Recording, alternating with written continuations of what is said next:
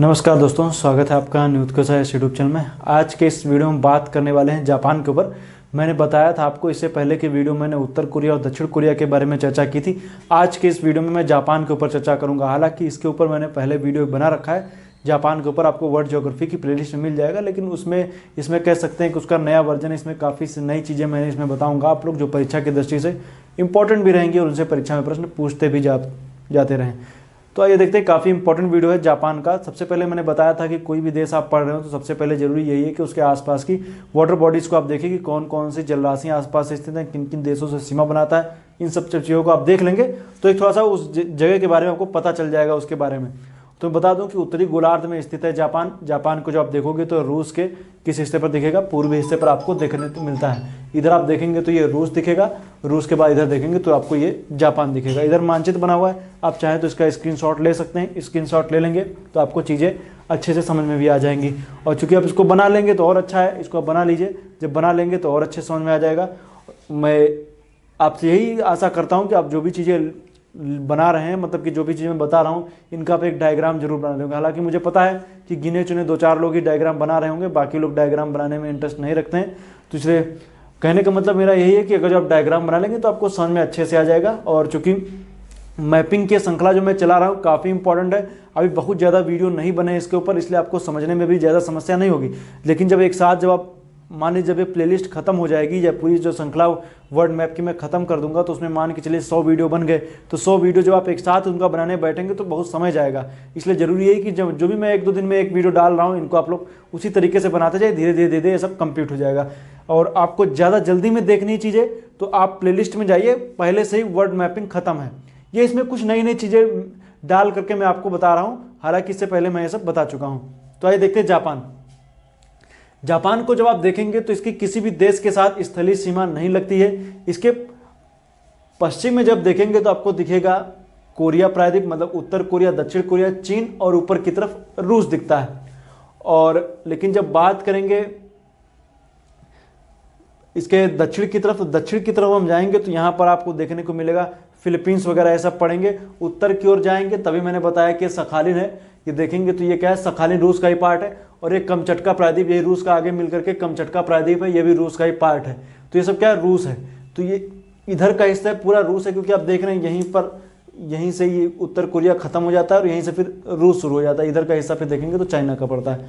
तो ये वाला हिस्सा पूरा रूस है, और ऊपर की ओर जो द्वीप दिख रहा है सखालिन और कमचटका प्रायद्वीप है, ये भी क्या है, एक रूस का पार्ट है। तो इसको याद रखिएगा। यहाँ पर जब आप देखेंगे तो यहाँ पर एक द्वीपों की श्रृंखला दिखती है, जिसको हम बोलते हैं क्यूराइल द्वीप समूह, जिसको लेकर के जापान और रूस के बीच में विवाद भी चलता है। इसको याद रखिएगा। अब हम आइए आसपास की थोड़ा सा देख लेते हैं कि कौन कौन सी जल संधियाँ हैं, कौन कौन से प्रमुख जो सागर वगैरह हैं उनको देख लेते हैं। तो सबसे पहले बात करेंगे तो ये देखिए दिख रहा है जापान सागर। ये कौन सा है? जापान सागर है। यहाँ पर आप देखेंगे तो आपको दिखेगा कोरिया जल संधि, कोरिया जल संधि दिखती है। इससे पहले की वीडियो मैंने कोरिया जल संधि के बारे में बताया था। ये आप देखिए कोरिया जल संधि जब आप देखेंगे तो कोरिया जल संधि, यहाँ पर एक द्वीप भी स्थित है जिसको बोलते हैं सुसीमा द्वीप। तो कोरिया जल संधि, सुसीमा द्वीप और कोरिया के बीच में स्थित है। मुख्य रूप से आप इतना जानिएगा कि जापान और दक्षिण कोरिया के बीच में स्थित है। तो ये कोरिया प्रायद्वीप है, कोरिया प्रायद्वीप दक्षिण कोरिया और किसके बीच में स्थित है? जापान के बीच में स्थित है। इसको याद रखिएगा। अब और जब हम बात करेंगे कौन कौन सी जल संधियां हैं, कौन कौन सी हैं, तो इस तरफ देखिए जापान सागर पड़ता है, और इस तरफ देखेंगे तो पूरा प्रशांत महासागर है। उत्तर की तरफ हम जाएंगे तो यहाँ पर ओखोष्टक सागर दिखता है, याद रखिएगा ओखोष्टक सागर। इसमें से देखेंगे तो क्यूराइल जलधारा यहीं से आपको देखने को मिलेगी, क्यूराइल ठंडी जलधारा। तो ये ओखोष्टक सागर है, क्यूराइल द्वीप समूह है। तो अब सबसे पहले आसपास के सागरों को आपने देख लिया। अब जो प्रमुख जल संधियां उनको देख लेते हैं। लेकिन सबसे पहले मैं आपको बता दूं कि द्वीप कौन कौन से, तो आपको और जल संधियां समझने में आसानी हो जाएंगी। ऊपर की तरफ दिख रहा है सखालिन, ये रूस का पार्ट है। कमचटका प्रायद्वीप भी रूस का पार्ट है। ये जो दिख रहा है इसको बोलते हैं होकाइडो, होकाइडो द्वीप है, ये वाला हिस्सा जो देखें होकाइडो। इसके बाद में ये जो दिख रहा है, ये आपको दिख रहा है, ये है होन्सू, इसको क्या बोलते हैं? होन्सू द्वीप बोलते हैं। उसके नीचे की तरफ आएंगे तो दिखेगा शिकाकू, उसके बाद देखेंगे तो दिखेगा क्यूसू। तो होकाइडो, होन्सू, शिकाकू, क्यूसू, ये तो हो गया क्रम। बड़े के क्रम में पूछेगा कौन सबसे बड़ा है तो उल्टा कर दीजिएगा। तो देखिए तो इसमें क्या आ जाएगा, होन्सू, होकाइडो, क्यूशू, शिकाकू। शिकाकू सबसे छोटा है, याद रखेगा। शिकाकू क्या है, सबसे छोटा द्वीप है। तो मुख्य रूप से 4 द्वीप हैं, हालांकि नीचे देखेंगे तो रियुकू द्वीप भी दिखता है। तो मुख्य रूप से 4 द्वीप हैं। अब इनके बीच की जलसंधियों को हम देखते हैं। सबसे पहले उत्तर से शुरुआत करते हैं। ये जो सखालिन दिख रहा है ये रूस है, इधर भी रूस है। तो सखालिन द्वीप और रूस की मुख्य भूमि के बीच में तप्तर जलसंधि है। कौन सी? तप्तर जलसंधि। सखालिन और होकैडो के बीच में एक जलसंधि स्थित है, इसको बोलते हैं लापेरोज जलसंधि या लापेरोज स्टेट। तो लापेरोज या लापेरोख आ जाता है, कभी कभी परीक्षा में लापेरोख पूछ लेते हैं या लापेरोज। तो लापेरोज स्टेट या लापेरोज जलसंधि जो है वो रूस और जापान के बीच में स्थित है। देखिए प्रश्न किस तरीके से बन सकते हैं, मैं बता रहा हूं। रूस और जापान के बीच में स्थित है, तब भी सही है। सखालिन और होकैडो के बीच में सही स्थित है, तब भी सही है। जापान सागर और ओखोत्स्क सागर के बीच में स्थित है, तब भी सही है। तो जिस तरीके से प्रश्न आ जाए उस तरीके से आपको बताना है। अब आएंगे, देखिए होकैडो और होन्शु, इनके बीच में एक जलसंधि स्थित, इसको बोलते हैं सुगारू जलसंधि। कौन सी जलसंधि? सुगारू। तो सुगारू, ये टी से शुरू होता है, सुगारू। सुगारू जलसंधि। सुगारू जलसंधि होकैडो और होन्शु के बीच में स्थित है, याद रखिएगा। होकैडो होन्शु के बीच में। अब नीचे की तरफ आएंगे, यहां तक देखिए पूरा होन्शु ही है। होन्शु और शिकाकू के बीच में एक सागर स्थित है, जिसको बोलते हैं इनलैंड सागर या इनलैंड सी के नाम जाना जाता है। होकैडो मतलब होन्शु और शिकाकू के बीच में। क्यूशू और शिकाकू के बीच में देखेंगे तो बुंगो चैनल है। तो बुंगो चैनल किसके बीच में स्थित है? क्यूशू और शिकाकू के बीच में स्थित है, याद रखिएगा। क्यूशू और शिकाकू के बीच में बुंगो चैनल। होकैडो और होन्शु के बीच में सुगारू जलसंधि। होन्शु और शिकाकू के बीच में इनलैंड सी। सखालिन और होकैडो के बीच में लापेरोज जलसंधि। इन सब जलसंधियों को याद रखेगा। तो जलसंधियां बस इतनी ही आपको याद रखनी है। अब हम बात करते हैं यहाँ के और प्रमुख यहाँ पे क्या चीजें उनकी बात करते हैं। तो यहाँ पर हम देखेंगे मुख्य रूप से आपको मैदान खूब दिखते हैं, मैदान यहाँ पर आपको खूब देखने को मिलेंगे।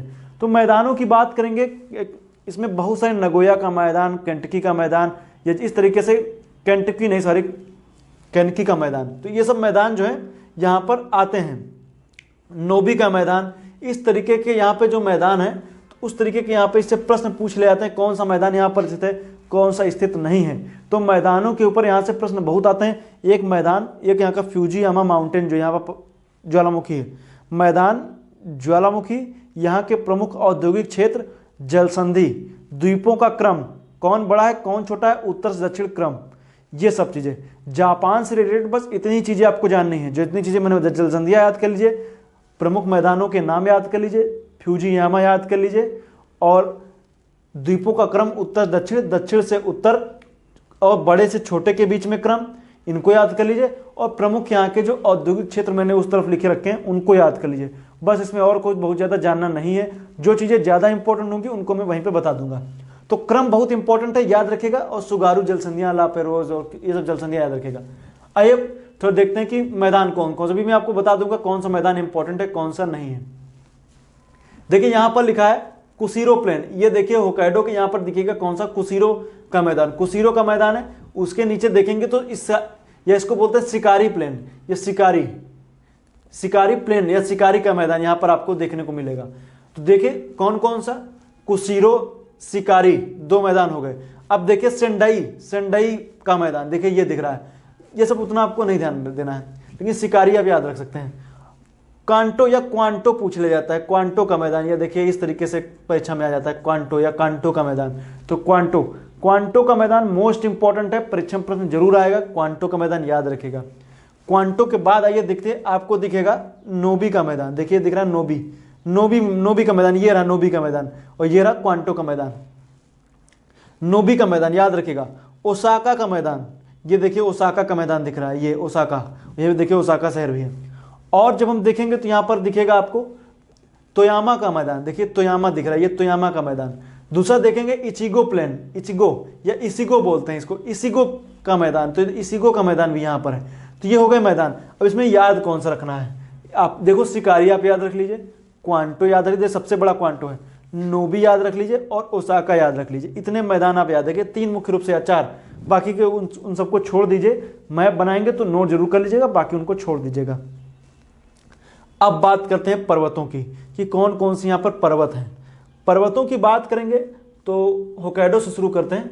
होकाइडो में देखिए दिखता है किटामी माउंटेन। देखिए कौन सा है, किटामी। ये देखिए पर्वत श्रृंखला दिख रही है, इसको बोलते हैं किटामी, नहीं याद रखना है। ओउ माउंटेन, ओउ पर्वत, देखिए ओउ माउंटेन, ये याद रख ले, हो सकता है कहीं पूछ ले ओउ पर्वत कहां पर है। इसिगो माउंटेन, इसिगो का मैदान भी था, इसिगो मैदान के पूर्वी किनारे पर, पूर्वी हिस्से पर इसिगो का पर्वत भी, इसिगो पर्वत भी है। माउंट फ्यूजियामा मोस्ट इंपॉर्टेंट है, इसको भी याद रखिए। देखिए माउंट फ्यूजियामा, ये चूंकि आप जान रहे हैं ये सब जो एरिया है ये सब रिंग ऑफ फायर का हिस्सा है, और रिंग ऑफ फायर का हिस्सा होने की वजह से यहाँ पर ज्वालामुखी की क्रियाएं खूब होती हैं। और ये इस समय तो फिलहाल सुसुप्त ज्वालामुखियों की श्रेणी में आता है फ्यूजियामा, लेकिन ये कभी भी फटता रहता है। और आसपास के एरिया में जब भूकंप वगैरह खूब आते रहते हैं उसकी वजह से सुनामी भी आती है। 2011 के आसपास आई हुई सुनामी यहाँ पर सबसे खतरनाक सुनामी मानी जाती है। उसकी वजह से यहाँ पर काफ़ी क्षत विक्षत भी हुआ था, लेकिन चूंकि ये जितनी तेज़ी से ये बिखर गया था जापान, उसे और तेज़ी से इसने अपने आप को डेवलप भी किया।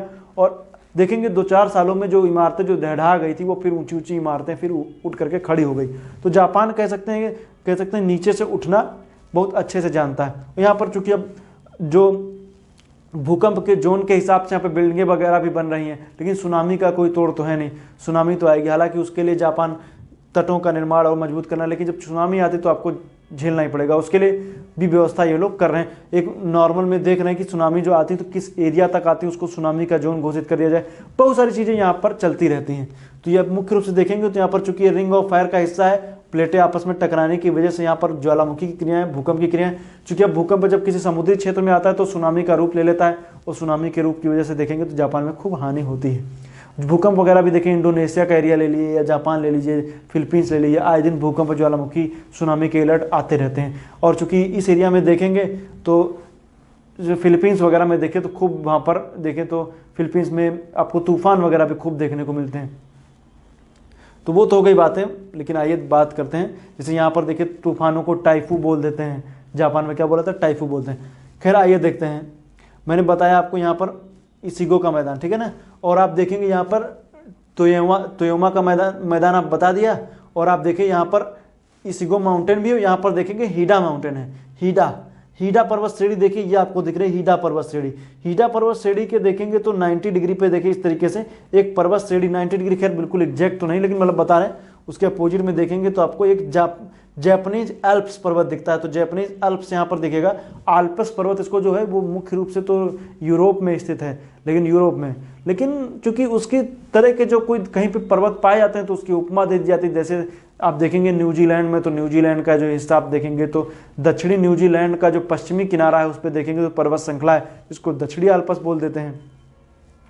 ऑस्ट्रेलियन आल्प्स हम लोग पढ़ते हैं। तो बहुत तरीके के आल्प्स की जो बातें करी जा रही हैं वो मुख्य रूप से आल्प्स जैसे दिखते हैं, इसलिए उनको उस तरीके का बता दिया गया है। तो देखिए चुगोकू पर्वत, देखिए नहीं याद रखना है, चुगोकू पर्वत, जैपनीज आल्प्स, हीडा माउंटेन, ओउ पर्वत, इसिगो माउंटेन और किटामी पर्वत, इतने हैं मतलब, जिसमें से आपको याद रखना है कौन सा, जैपनीज आल्प्स आप जान ही जाएंगे, ओउ याद रख लीजिए, ओउ पर्वत, और माउंट फ्यूजियामा तो आपको याद ही रखना है। तो ये हो गई।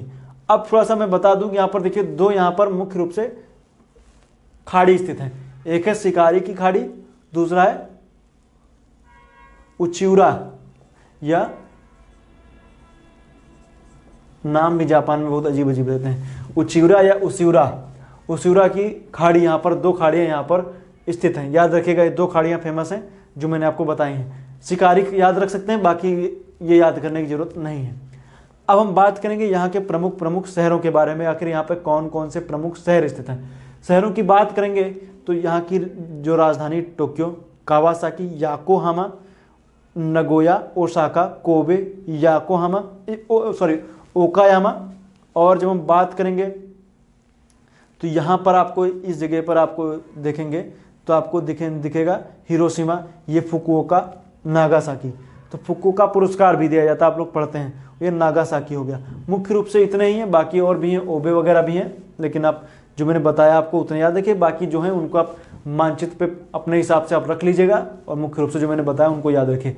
अब ये तो हो गए कि प्रमुख जो मैंने बताया। आखिर देखेंगे तो यहाँ पर मुख्य रूप से देखेंगे तो चूंकि पहाड़ी एरिया, ये वाला फ्योर्ड जैसा दिखता है तट, तो फ्योर्ड जैसे दिखने पर देखें तो इसके पास जल विद्युत उत्पादन की क्षमता काफ़ी ज़्यादा है जापान के पास में, तो इस वजह से ये सब चीज़ें यहाँ पर होती हैं। अब भाई देखते हैं यहाँ पर कौन कौन से इंडस्ट्रियल एरिया के लिए जाना जाता है टेक्नोलॉजी में। जापान की टेक्नोलॉजी आप जान ही रहे, बिल्कुल आज से नहीं काफ़ी पहले से जापान टेक्नोलॉजी में बहुत आगे रहा है।